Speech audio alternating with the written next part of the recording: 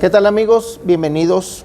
Estamos en la ciudad de Guadalajara, bella ciudad de Guadalajara, en el estado de Jalisco, en el marco de la asamblea número 26 de la FEXEFOBI, o mejor dicho, son de los Centros Bíblicos Federados, o de la Federación de los Centros Bíblicos, como queramos poner el orden, ¿no? Pero también en este marco de la número 26 de esta asamblea, está también la animación bíblica de la pastoral. Es el segundo año o tercer año, segundo año que se lleva a cabo de manera conjunta. Estamos acompañados de Jesús Antonio Baicense, que él tiene un puesto muy interesante dentro de los centros federados, y es nada menos que él es el representante regional de la Federación Bíblica Católica de América Latina y del Caribe. ¿Lo nombré bien o más o menos acomoda? Perfecto, muy bien. Federación Bíblica Católica para América Latina y el Caribe, ya. Prácticamente, ¿no? Sí, esta es lo que se le llama normalmente FEBIC, Federación Bíblica Católica, y yo estoy en la subregión América Latina y el Caribe, donde a nivel mundial es un órgano que nace como expresión de la Dei Verbum, y hoy en el mundo somos 338 miembros. Ya es algo. Y de esos, América Latina tiene casi un tercio, o más de un tercio. Tiene 139 miembros, y de esas 22 conferencias episcopales, más el CELAM, y hay casi 115, 117 miembros. Entonces, la Federación Bíblica, su riqueza son sus miembros, porque como federación no tenemos una doctrina propia, sino que una federación tiene su identidad a partir de sus miembros. Y en América Latina uno vio de primera mano, yo estoy en esto desde el 85, entonces a mí me tocó, siendo aún seminarista, ver que la gente decían: sí, hay que leer la Biblia, y se encontraban con un libro de 1500 páginas y un buen lector sobrevivía al Génesis, pasaba el desierto del Éxodo y sucumbía ante el Levítico y los números, y hasta ahí llegaba su pasión bíblica. Así es. Esos son los años 80, donde, si ustedes miran las bibliotecas, son todas introducciones. Introducción a la Biblia, introducción al Nuevo Testamento, introducción a los Evangelios, introducción a Mateo y todo, pura introducción. Termina los años 80 y la gente se daba en cuenta que no era suficiente leer la Biblia. Como que había algo más, el conocer la Biblia como que quedaba corta la experiencia personal, y ahí surgen una de las épocas más lindas de todo este proceso bíblico dentro de la iglesia, que son la época de los grupos bíblicos, círculos bíblicos, llámese como quieran. La gente se reunían alrededor de la palabra, y esa palabra generaba identidad y generaba comunidad.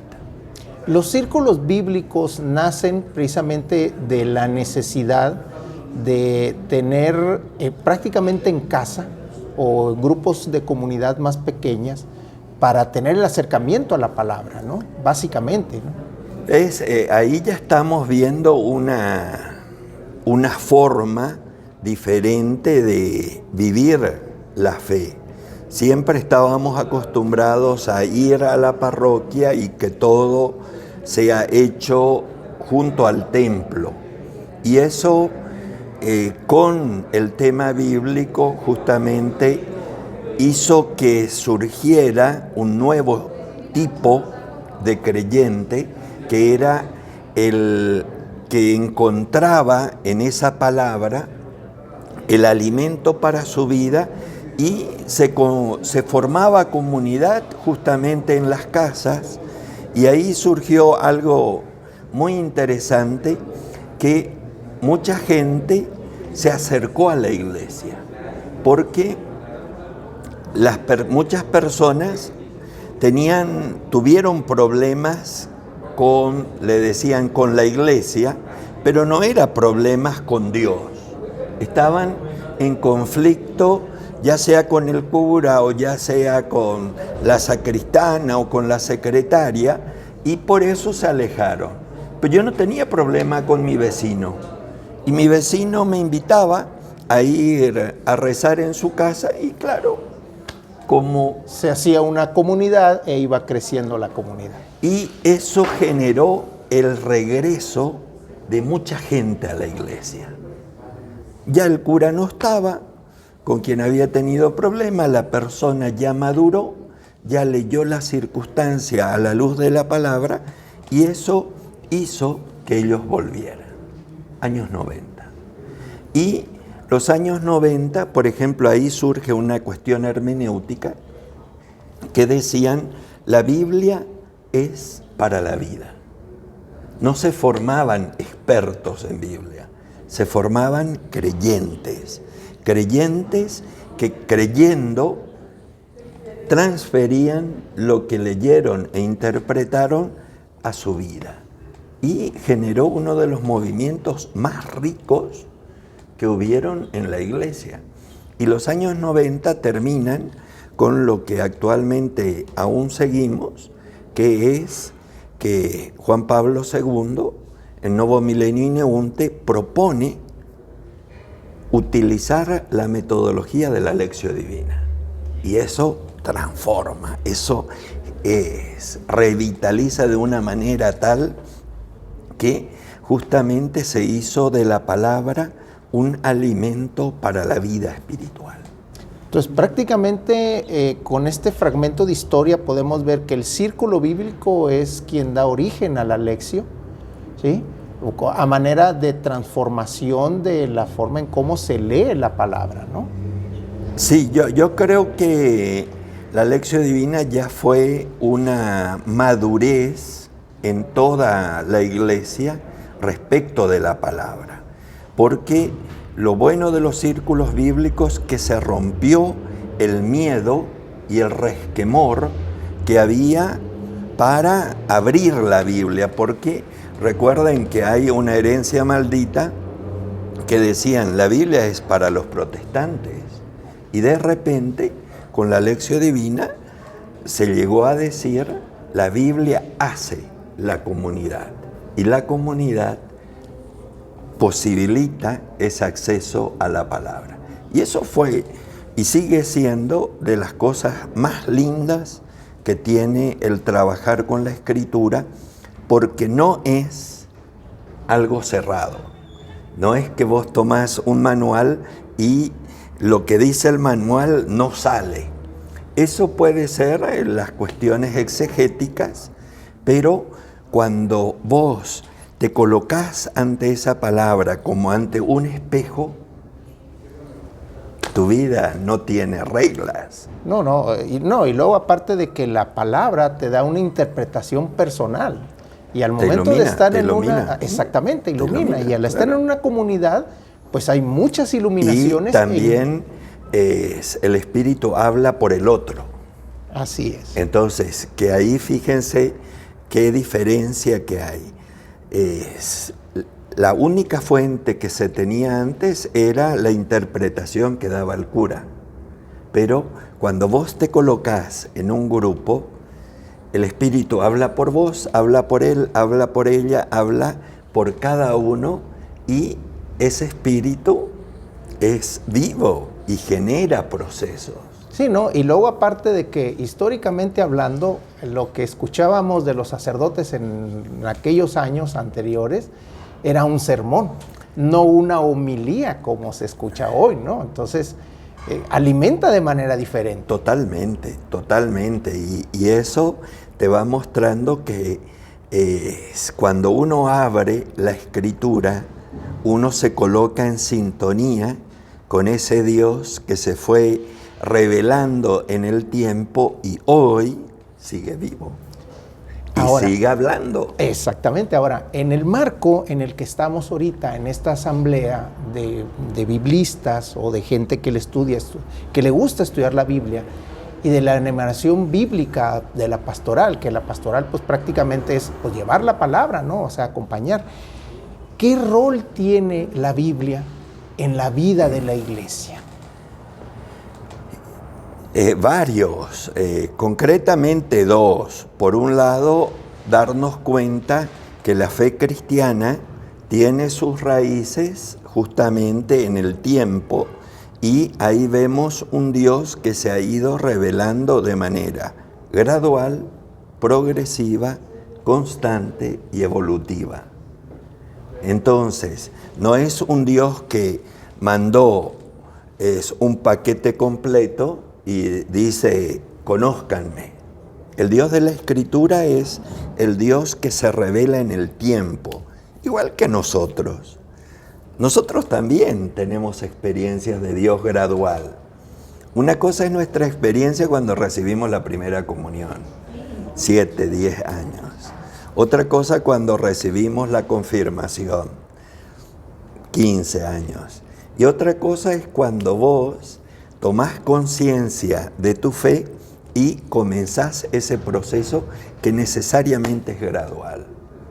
Y ahí entra la palabra que por un lado nos hace conocer nuestra fe, pero por otro lado es esto que Pedro le responde a Jesús cuando Jesús estaba enojado y le dice, ¿también ustedes me quieren abandonar? Y Jesús le dice, Pedro le dice, Señor, ¿a quién iremos? Solo tú tienes palabras de vida eterna. Y eso que todos buscamos, como es alimentar nuestra vida espiritual, cuando vos abrís un texto y dejás que ese texto hable y vos respondés a ese texto, eso genera un proceso de vida tan grande que no hay límites. Por eso a mí me gusta utilizar un texto que es de Juan 17:2. La vida eterna es que te conozcan a ti, Padre eterno, y a tu enviado. Entonces, cuando nosotros leemos la Escritura, podemos decir que nosotros estamos comenzando la vida eterna. Simplemente cuando ya no estemos aquí y estemos delante de Él, ya no vamos a necesitar de la Escritura porque lo vamos a ver tal cual es. La iglesia que Jesucristo crea como comunidad, como enviados, y que de alguna manera pues está dada en calidad de préstamo al hombre, y que el hombre se encarga de hacerla crecer, de hacerla evolucionar, pues empieza a generar las pastorales. Y dentro de la pastoral, pues está la pastoral bíblica, que es la que está enmarcada en esta asamblea en la que estamos ahorita. Esta pastoral bíblica, que la chamba o el trabajo que tiene básicamente es llevar la palabra a la comunidad, llevar la palabra al hombre, a las diferentes áreas, ¿qué aportación se está teniendo, qué aportación ves tú de parte de la pastoral bíblica para la comunidad? Yo creo hoy que la iglesia, ya que a partir de Benedicto XVI, en Verbum Domini y el documento de Aparecida para nosotros en América Latina, nos proponía la animación bíblica de la pastoral, eso nos está invitando a que nosotros integremos las Sagradas Escrituras a todo el planteo de fe, no solo pastoral. Yo creo que ABP, más tarde o más temprano, la P va a desaparecer y va a ser ABI, Animación Bíblica de la Iglesia. Entonces, porque cuando hoy estamos en búsqueda de caminos para encontrar esta animación bíblica de la pastoral. Yo creo y estoy absolutamente convencido que el camino más corto, no el único, pero el más corto, para que la palabra de Dios impregne toda la vida de la iglesia, es la liturgia. Porque la iglesia tiene una propuesta en la liturgia, ciclo A, B y C, ¿verdad? Mateo, Marcos, Lucas, años par, años impar. Cualquiera de nosotros que participe de una vida eucarística diaria, al cabo de 2 años, él escuchó el 80% de toda la Biblia. Y la ABP, y concretamente la Lección Divina, te invita a que esa lectura, que vos la escuchás en la Eucaristía, vos la escuches, la profundices, la reflexiones, la compartas, la celebres, creas y la anuncies. Y eso genera todo un proceso que hace que vos dejes de ser un espectador a nivel de fe, como dicen, asistí a misa, no se asiste a la misa, eso no es un espectáculo. Vos estás participando y cuando vos tenés los medios para profundizar esa palabra comienza a generar en vos todo un proceso de revitalización, de transformación, y hace que ya no alcance yo solo ir a misa, asistir a misa, sino que necesito comunicar. Y ahí viene la madurez en la fe. Cuando mi experiencia yo la puedo transmitir para que otros a su vez puedan hacer la misma experiencia que yo la hice. Por eso, ¿qué le aporta todo el tema bíblico a la iglesia? La posibilidad de vivir una transformación total. A nivel personal de los cristianos, a nivel institucional, porque ya no vamos a vivir una fe de santitos o de prenderle una candela al santo, sino de una fe de identificación. Nosotros estamos en proceso de vivir esto que Jesús vivió y vivirlo en plenitud. Parte de la historia que nos acabas de dar, Padre, es círculos bíblicos, Lección Divina, animación bíblica, centros de estudios bíblicos. Ahora, ¿qué le dirías tú a aquellas personas que tienen esa necesidad de acercarse a la palabra? Que a lo mejor tienen temor de abrirla, o que a lo mejor dentro del temor de abrirla es no entenderla y malinterpretarla. ¿Qué es lo que le recomendarías o qué es lo que le dirías a aquellas personas que pues vaya, habiendo tanta herramienta como históricamente me la estás dando, ¿sí? Todo lo que acabamos de mencionar, para acercarse a la comunidad, acercarse a la palabra, acercarse pues a la vida y obra de Jesús? Fantástica. En primer lugar, abrir la palabra. Mira, hay claves muy sencillas. Abrí y comenzá a leer. Comenzá por Marcos. Comenzá a leer. Léelo. Cuando sentís que algo te está diciendo muy adentro, pará y volvé a leer. Y para y escuchá que el Señor te dice y vos respondele. Y continúa leyendo. No es necesario leer todo de una vez. Más vale la constancia. Marcos tiene 16 capítulos. Tenés un programa para 16 días. Si te gustó volverlo a leer, y ya tenés para el primer mes. Y después elegí o Mateo o elegí Lucas. Entonces ahí estamos en todo ese proceso que no hay reglas. Lo importante es vos estar delante de ese Señor que te habla. Porque esto es lo que dicen cuando el Señor nos habla por medio de su palabra. Nosotros le respondemos cuando rezamos. Por eso, abrí y vas a encontrar a un Dios que es Padre y te habla a vos en tu corazón. Y deja que ese Dios que no tiene reglas te habla a tu corazón y te transforme. Ánimo. Hermanos, la respuesta es sencilla. Para muchos de nosotros es difícil acercarnos a la palabra porque se nos hace complicada. Pero estamos viendo, todo es cuestión de animarse. Tenemos un Dios que lo llamamos Padre, ¿sí? Gracias a su Hijo Jesús, y que a través del Evangelio y a través de Jesús, pues nos da las pautas para acercarnos a lo que es su Padre y hacerlo Padre nuestro también. Tenemos chamba. El chiste es animarnos.